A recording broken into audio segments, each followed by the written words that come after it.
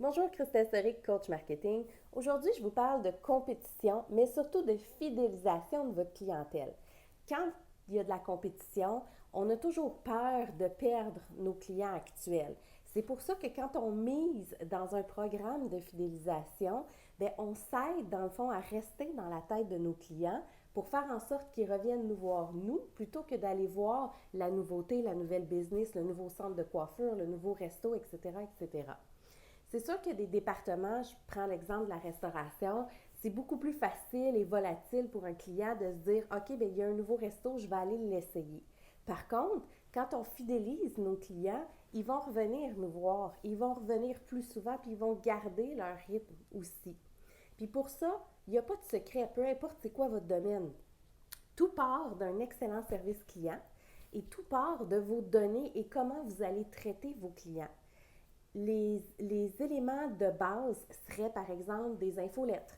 Donc, vous envoyez à votre client des promotions exclusives ou quand je parle de promotion, c'est pas toujours promotion étant pas nécessairement 20% de rabais ou des rabais en tant que tel.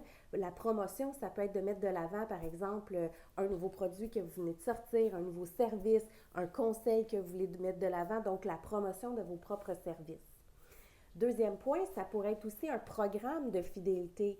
Par exemple, dans le cas d'un resto, c'est plus facile, c'est plus logique.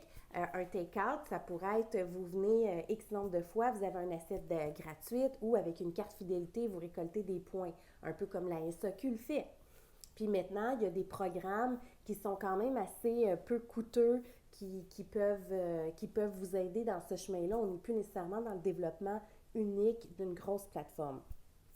Un troisième point, ça peut être les suivis de rendez-vous aussi. Donc, quelque chose qu'on néglige beaucoup. Je reprends l'exemple de mon centre d'esthétique. Donc, vous êtes venu une fois, bien, si quelques semaines après, vous rappelez votre client pour lui dire hey, je voulais faire un suivi sur votre dernier rendez-vous, est-ce que vous voudriez prendre un autre rendez-vous aussi? Ça fait partie des éléments de fidélisation. Donc, ce n'est pas toujours des cartes fidélité ou des cartes de points comme on appelle. La fidélisation, elle a multiples facettes. Il suffit de trouver comment vous allez aider votre client à faire en sorte qu'il va vous retenir, vous, dans leur tête et que c'est toujours vous qui va vouloir revenir revoir. Puis ça part toujours de l'entrepreneur ou de l'entreprise en tant que telle. Donc, les actions que vous allez faire à l'interne pour justement aider à développer vos clients qui deviennent fidèles à votre brand, puis que ça l'évite d'aller justement chez les compétiteurs. Donc, au lieu de miser pour aller attraper des nouveautés, misez sur vos clients actuels pour les rendre fidèles, puis vous allez voir, l'argent va rouler encore plus à l'intérieur de votre propre business.